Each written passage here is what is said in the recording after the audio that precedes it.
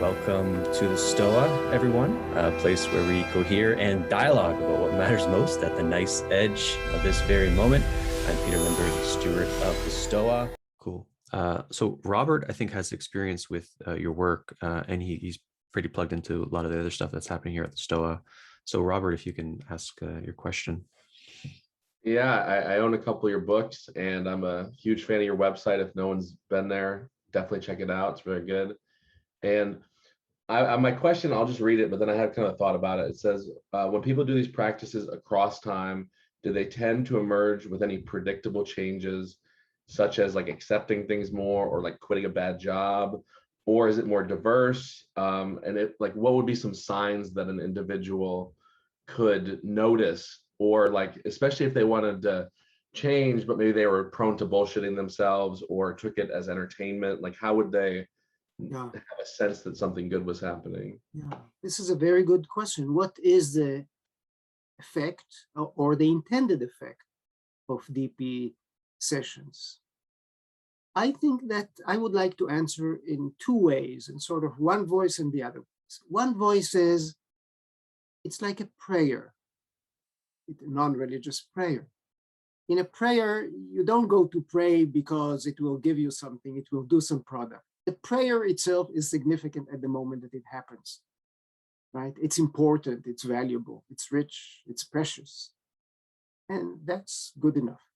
Okay? The same thing about music. You go to a concert not because it will give you something. You go to a concert because it's valuable at the time that it happens.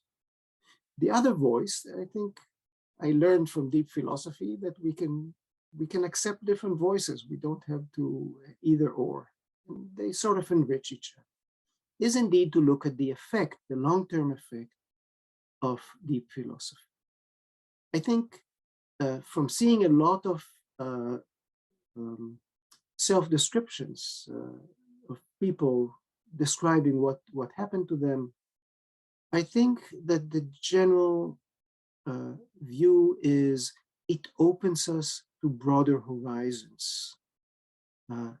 We learn to relate to life in a richer and more open way, to relax our tendency to think in patterned way. And to be, in this way, we develop our ability to be, you can say, a mensch, a bigger person, somebody who has wisdom. Wisdom is not smartness. Wisdom is somebody who has a bigger world, a richer world. And so it develops a certain attitude, a certain inner attitude to see the fullness of life. So I think that people often describe how their normal, strict patterns melt away little by little. You can call it self-transformation, but self-transformation is a big word. And people, I don't believe that people completely change, but they can open themselves, enrich themselves, and become simply a fuller human beings with greater appreciation of life. Any follow-up thoughts or shares, Robert? No, I thought that was so beautifully put, and I was kind of hoping to hear something like that, since you've seen so many cases, so to speak, and it affirms some of what I've seen in people and in myself. So that makes a lot of sense. So thank you so much. Saruman believes that it is only great power that can hold evil in check. But that is not what I have found.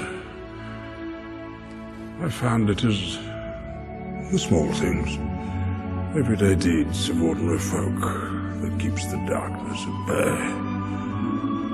Simple acts of kindness and love.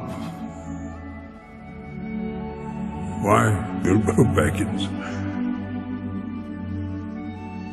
Perhaps it is because I'm afraid.